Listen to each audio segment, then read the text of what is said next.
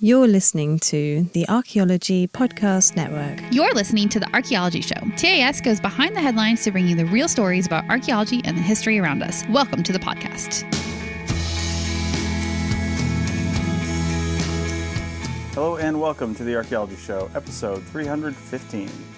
On today's show, we talk about ancient stone tools that could rewrite human history, Neolithic cannibals in Spain, and a Spanish shipwreck in North Carolina. Let's dig a little deeper and find more shipwrecks.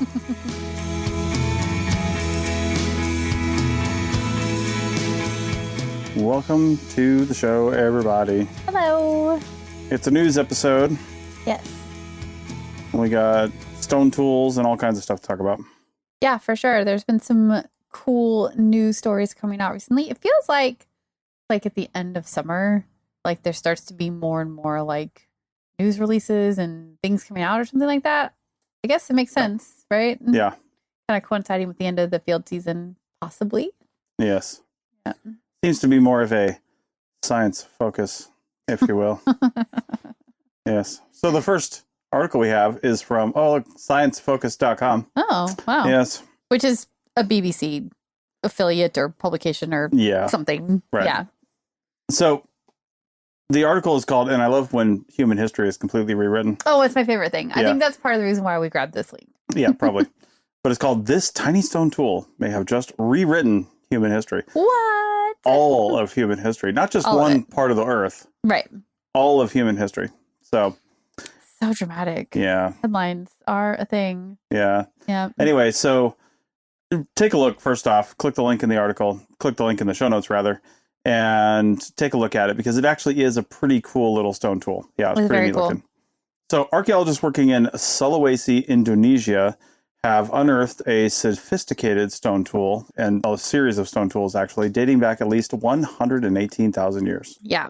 And those tools include things like flakes and points and blades, and all of those different types and styles of tools show that they had advanced, skills as far as making stone tools. Yeah. You had to in order to be able to create something that could do a very specific task, which these tools are showing. Yeah. Yeah. These artifacts are much older than anything known in the area or this region for Homo sapiens, which were thought to have arrived in this area around 50,000 years ago. So this is over twice as long ago that we have. Yeah. So at least for Homo sapiens. Yeah.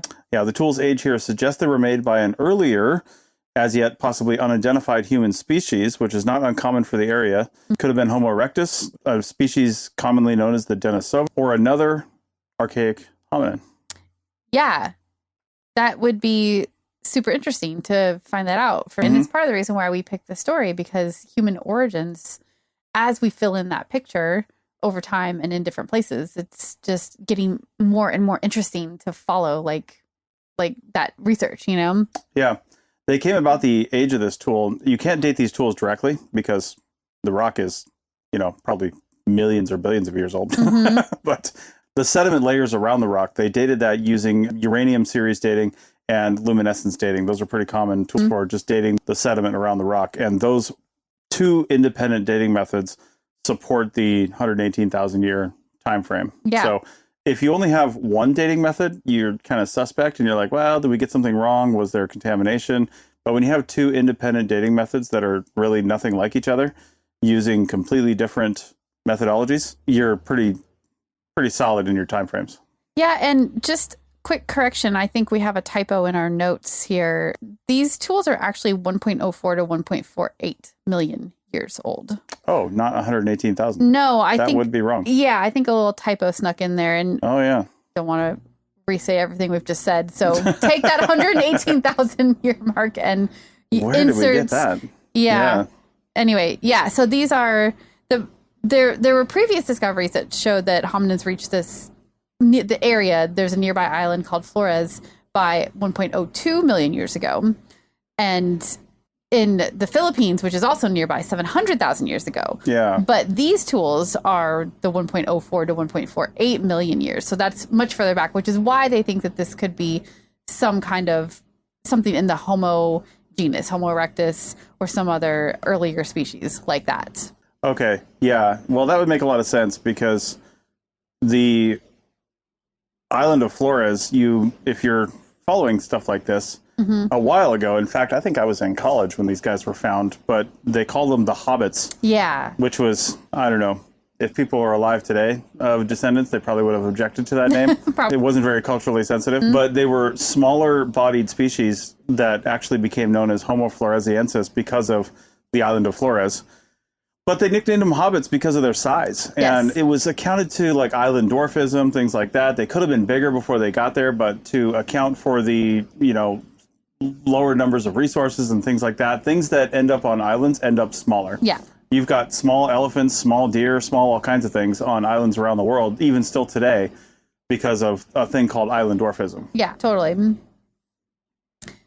So this discovery challenges the sort of long-held assumption that Southeast Asia was kind of like the backwater of human evolution, you could say.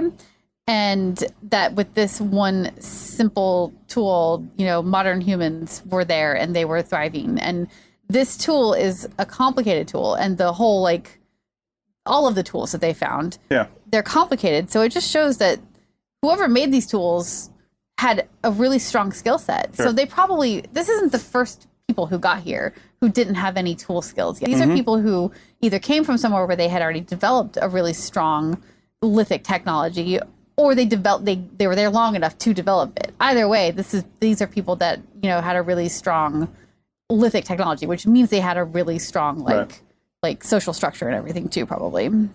It also says something about either their seafaring abilities or changing land connections that we don't really know about. Yeah. Because something they had to cross to get there, and we've talked about this before, known as the Wallace Line. Yeah. And the Wallace Line was just named for a guy named Wallace who first came up with it. But it's basically a really deep area that separates this area from, basically the area north of it.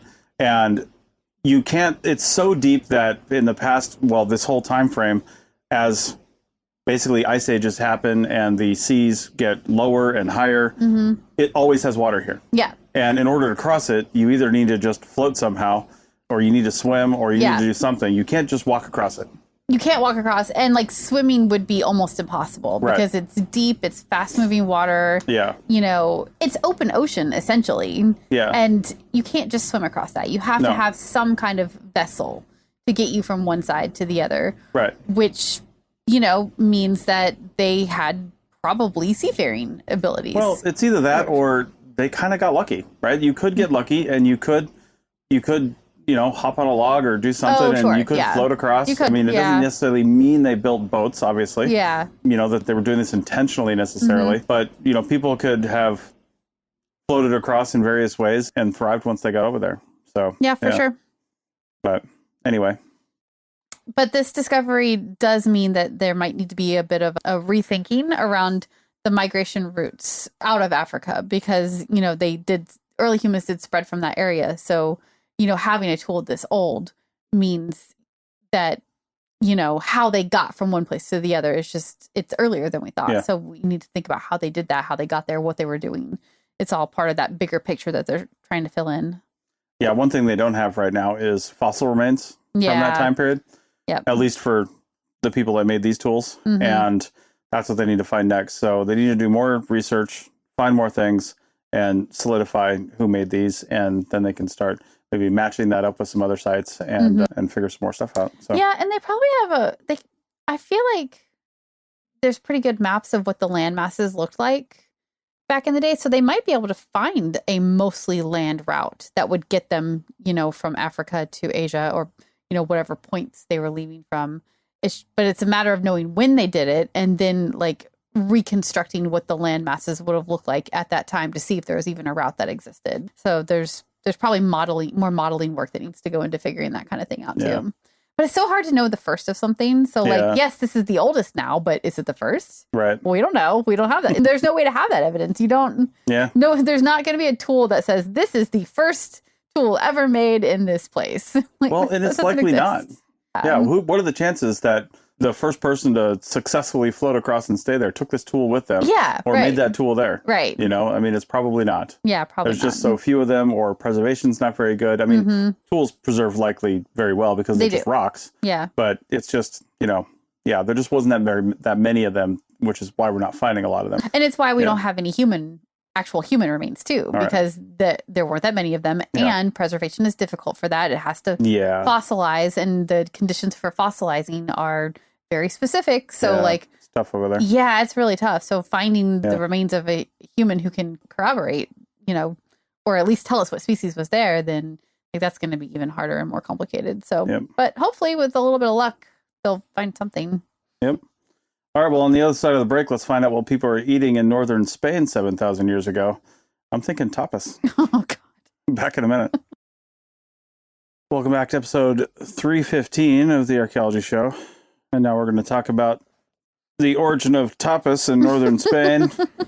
That's not what we're going to talk about. Tapas somebody's head. Oh, my God. Yep. So I said at the end of the last segment, 7,000 years ago. It was actually 5,700 years ago. I misread that. Yeah. But it's actually, so let me back up here. So the article is titled from Smithsonian Magazine, Bones Found in Spanish Caves Suggest This Neolithic Group Butchered and Cannibalized a Rival Community. Yes. Very violent. Very violent. Yeah. Although we can't just determine violence because of cannibalism. Right? No. Like you can't just assume that was violent, and cannibalism is always violent. I mean, it doesn't have to be, but there is some evidence here of what was going on. So, So we're in northern Spain here, and it's in a cave called El Mirador, which is in the Sierra de Atapuerca Mountains. And archaeologists have uncovered the bones of at least 11 individuals. They date back to the Neolithic time period, which would be about 5,700 years ago, like you're saying. The bones display clear cut marks and breakage patterns and other modifications that indicate butchery and cannibalism. So these weren't just like random breakage and things like that.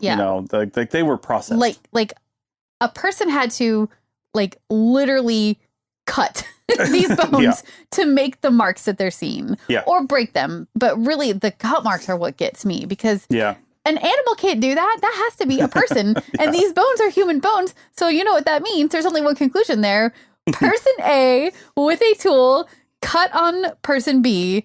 Presumably they were dead already, but like, let's not even go down that road. Monkeys had tools. That is the only conclusion. Yes, monkeys kind of show using tools, but not like this. This is very specific human tool use. Smart dolphins came from Atlantis. Oh my God. No, absolutely not. Not a thing. Yes, the remains belong to, and this is shocking, men, women, and children. Suggesting an entire community or family that was butchered. Yeah, which is just... Yeah. It's just awful. It's so awful, the whole story. If this were a movie, it could have been like a royal family, and they were just like, you guys are done. Right. And we're going to eat you, by the way. Well, like, okay, look, I know conflicts happen, and like people die in those conflicts. Yeah. Sure. But cutting them up in a way that suggests that they were then eaten, because you butcher in a certain way, you make certain cuts in a certain way, butchering purposes, and you would only go to that length and take that amount of time and care to eat it, right? Yeah. Oh my God, I'm just so like blown away by this. Yeah. And the archaeological evidence shows that they were killed in a violent attack. Yeah. There's definitely violence involved. Yeah. They weren't just like, which you can see in the body, in the bones. The bones show evidence of violence, which is probably how most of the people died. Right. So. And it says possibly by a rival group, stuff like that. Yeah. And they're more than likely making those inferences based on knowledge of that area, people living in small groups or bands, things like that. We're not talking about a city state where people rose up and, tried to kill the ruling class or something like that. It could have been just, hey, we're hungry. Those guys have food. Wait, those guys are food. Yeah. Let's just do this. Right. Yeah. Yeah. So it's crazy. But they do say that this does appear to be an act of violence and domination and not survival cannibalism. There's no evidence of famine or extreme hardship or anything like that. It's just warfare cannibalism, I believe is the word that they use to describe it, which, it's crazy. Yeah, and the marks are consistent with the removal of flesh. Yeah. Marrow extraction, which was a common nutrient source. Yep. And even the use of the skulls as drinking vessels or ritual objects. Like, I'm 100% going to cut your brains out of here and use it for my beer. Use my skull as a vessel to drink out of. Perfect. Yep. Sounds amazing. I mean, so using the bones as a function kind of makes sense to me. Yeah. Like drinking liquid out of the skull of your enemy that you vanquished. Okay. I mean, there's a certain thing, like sense of like domination there that I could see working. But eating? Like yeah. eating them? I mean, before people started treating bodies with this weird reference that we do today, or at least with the disgust against, doing things to bodies that we do today, and we have for a long time, I could see this utilitarian view towards bodies for sure. And not necessarily cannibalism, because that's been shunned by all species for a really long time. Mm-hmm.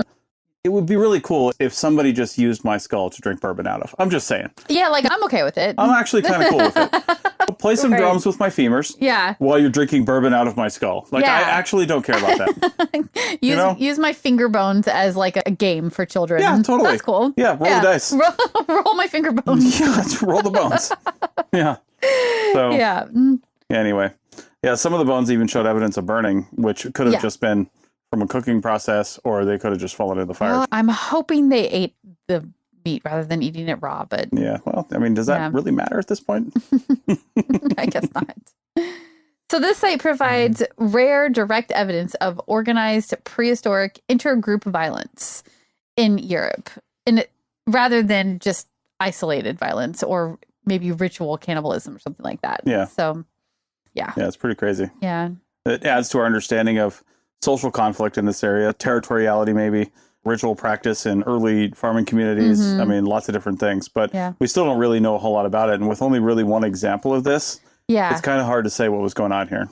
Yeah, because like people be people. We say it all the time. Like this one example might be a very extreme example of people doing a really extreme thing in a very specific circumstance that you would never see again. Or maybe there's more of them out there and we will find more and find out that these people were participating in warfare, cannibalism all over the place. I don't know. But something else I kind of disagree with here is the article states that the findings challenge the notion of the Neolithic as a time of peaceful transition to agriculture, showing that violence and warfare were present. I don't think there is any time period that is peaceful, ultimately. I mean, there might be some time periods in human history that are categorically more peaceful than others. Yeah. But no time is ultimately peaceful. People are going to fight. Yeah. And there might be, like I said, there might be times when you can just look at a textbook and say, yeah, for 100 years, there wasn't a war. Yeah. But I guarantee some people died because of violence. Well, yeah, for sure. People be people. People be people. Yeah. And they actually do say here that there are similar acts of cannibalism documented in Herxheim in Germany and Fontbregua in France. Solid pronunciation there. You just, you could have said nothing and people would have laughed at me and I never would have known and that would have been fine. But well, I now get to laugh at you as well. Anyway, yeah. So I guess this isn't the first time that we're seeing cannibalism, but it just feels very shocking to me for some reason. If you're starving and you don't know better, I get it. If you want a skull to drink out of, the skull of your enemy to drink out of, I get that. Yeah. I do. But eating the flesh of your enemy that you just defeated as a way of like proving your dominance over them or some other ritual purpose is just, that's so hard for my brain to understand that I really wish I had a time machine right now. Not because I want to witness this, but so I could at least understand the thinking behind it and why it would have happened. Yeah. Because it's just crazy. Yeah, they do say the cave's context and the way the bodies were treated suggest, and again, this is very suggestive, but suggests the act was meant to send a message of power or deterrence. And I don't know. Could have been just hungry people. It could, but deterrence, I guess I get that too. I mean, you don't want somebody else challenging you. So maybe eating them was a way to scare people off. I don't know. Yeah, they're going to continue doing some studies here, including DNA analysis to try to determine where the victims were from. Wouldn't it be interesting if they found like a familial relationship? Yeah. Like this is like the culmination of like a giant family feud or something like that. That would just be insane. So. But more than likely it's people from somewhere completely different and they just whatever challenges they had, they weren't able to overcome. And one group killed the other group. And that's how that went down. All right. Well, lots of speculation, though. On the other side of the break, we're going to talk about some Spanish people that didn't eat each other. Instead, they crashed their ship in North Carolina. Back in a minute. Welcome back to episode 315 of the Archaeology Show. And we're in your favorite state. My home state. Place of birth. Yeah. Possible place of living. Oh my God, don't talk about that. Okay, I'll take that out. Yeah. You'll have to take that out. That could be true. Yeah. We've kind of lived there before. I mean, through archaeology. I mean, well, I've definitely lived there. I was born there. True. I went to school there, but... We kind of lived there in the fall for the last, 5 years. True. Yeah, we do spend a lot of time in North Carolina every fall and winter. Yeah. Because, family and holidays and stuff. Yeah. And we'll be back there again this year, so it'll be great. Indeed. But we haven't been to the coast of North Carolina in quite some time. Yeah. This article is making me want to take a trip. Oh, that's not true. We just forget everywhere we go, don't we? Yes, we were literally there. We were there last year when we went to the Outer Banks, remember? Yes. Yeah, so it's not been that long. It's less than a year. Less than a year. Yeah. But anyway, not this part of North Carolina, though. We didn't go here and haven't been here in a while. Yeah. In fact, it was probably exactly a year ago. Yeah, because we were... October. We were coming down through New Jersey for your birthday. Yeah, it was after my birthday. After your October. birthday. Yeah. Yeah. So anyway, what are we talking about? Where are we? What we didn't find, because we were lazy and stupid, was a shipwreck. Lazy and stupid? We should have found a shipwreck. Oh, okay. It means we didn't walk enough beaches. Got it. We didn't scuba. Yeah, we didn't scuba or snorkel and Yeah.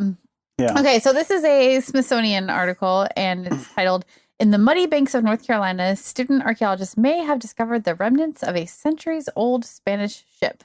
What it should be titled is, "When Students Screw Up." I don't think they screwed up exactly. They kind of did, though, because in the article, halfway down, it's it kind of does all the big things, and then it's well, these students were in murky water, and they were like, "Where are we now? What is that over there?" They got all turned around and weren't sure where they were looking. And and they're like, "Is that wood?" Found some wood. I guess it's a shipwreck. Yeah.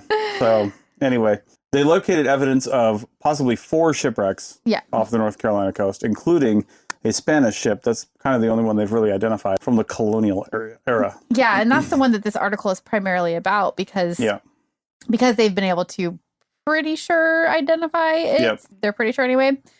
And they believe that it's a vessel that was known as La Fortuna. And that was a privately owned Spanish warship that preyed on British vessels in the 18th century until it finally exploded after colonial forces, repelled an attack on the shore from this ship. So that's the short story of what happened to it. And they do know that it sank right here in this area. Yeah. These students were trying to basically measure the width and northern extent of the Cape Fear River. They were just getting some data. Yeah, for a different project. But it was archaeology that they were doing. Right. When they basically got disoriented and kind of found this stuff. And I'm guessing, I don't think it mentions it, but I'm guessing it was on the last day of the project, in the last hour. Probably. It's always that way, right? Yeah, that's how archaeology works. It's they almost missed it. Yep.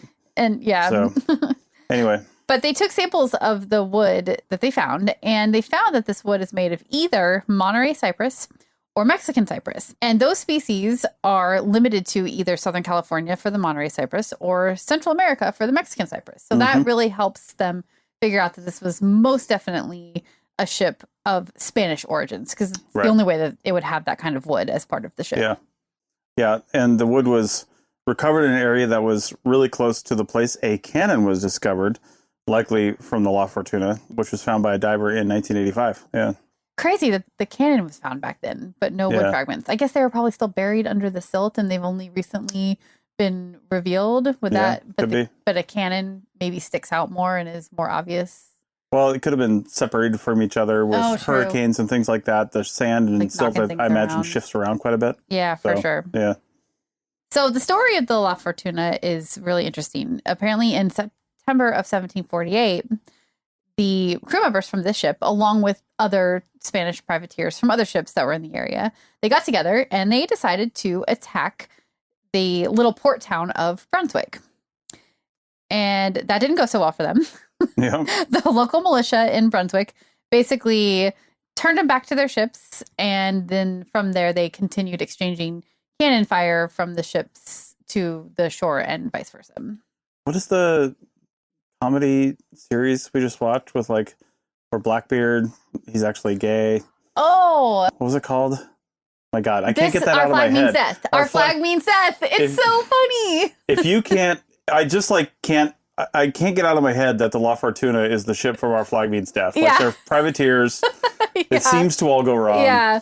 But actually in Our Flag Means Death, it was actually Blackbeard. It was, and it's not a Spanish ship. It's not a Spanish ship. All. But I just like, that's in my head. And if you haven't seen that show, it's worth a watch. Oh my gosh, I forgot how much we enjoyed that show. Yeah. I'm so sad it got canceled. I know, it's pretty funny. Really funny. Yeah. Anyway.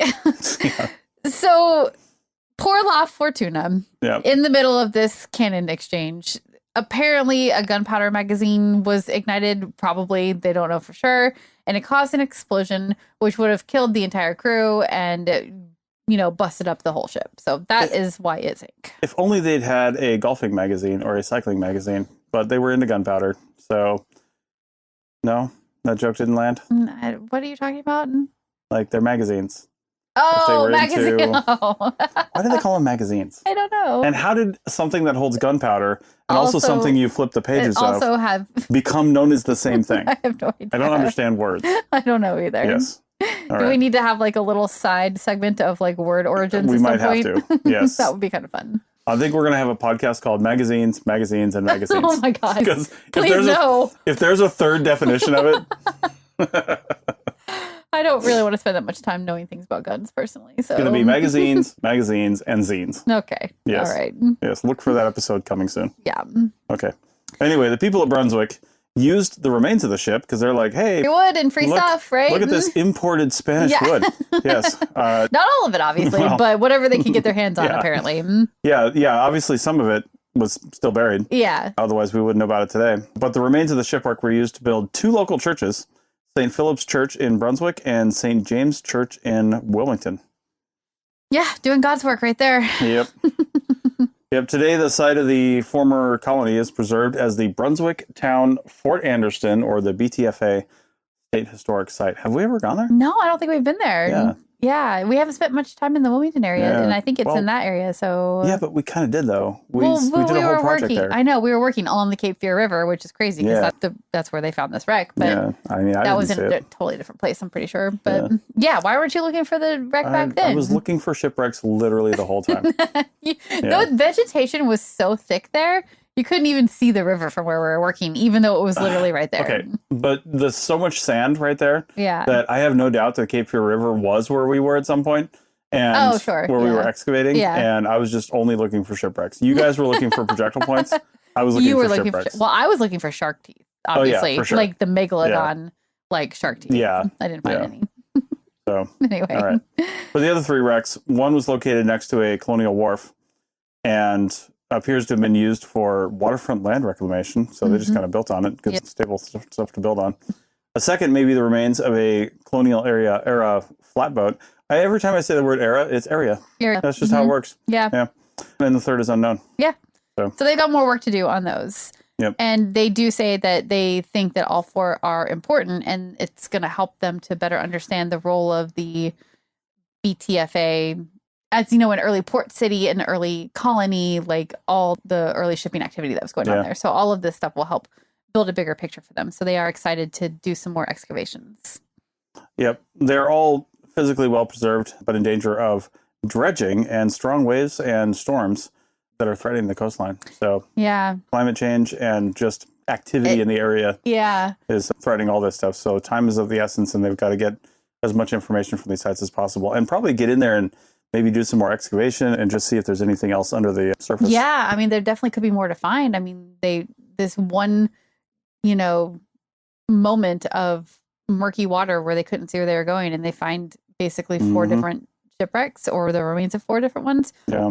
Although it was a little unclear as to how that went down, if like they found one because they got disoriented under the water and then went back to explore it more and then found all the rest of that stuff, the stuff in that moment, or if it was like all together in one place. I don't really know how that shook out, but either way, they've only really done work on the Spanish ship so far, and they've got the other 3 to hopefully figure more out about at some point, and definitely before dredging or storms or whatever cause damage to it. So at least the water is kept it well preserved. So there's that at least. Just, danger from other places. Yeah, for sure. All right. Well, with that, we will see you next week. Bye.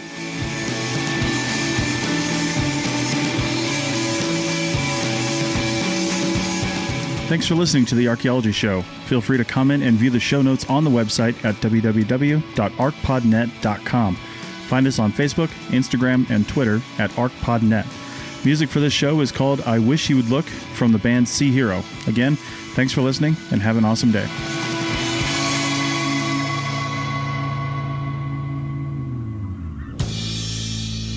The Archaeology Podcast Network is 10 years old this year. Our executive producer is Ashley Airy, our social media coordinator is Matilda Siebrecht, and our chief editor is Rachel Roden. The Archaeology Podcast Network was co-founded by Chris Webster and Tristan Boyle in 2014 and is part of Culturo Media and DigTech LLC. This has been a presentation of the Archaeology Podcast Network. Visit us on the web for show notes and other podcasts at www.archpodnet.com. Contact us at chris@archaeologypodcastnetwork.com.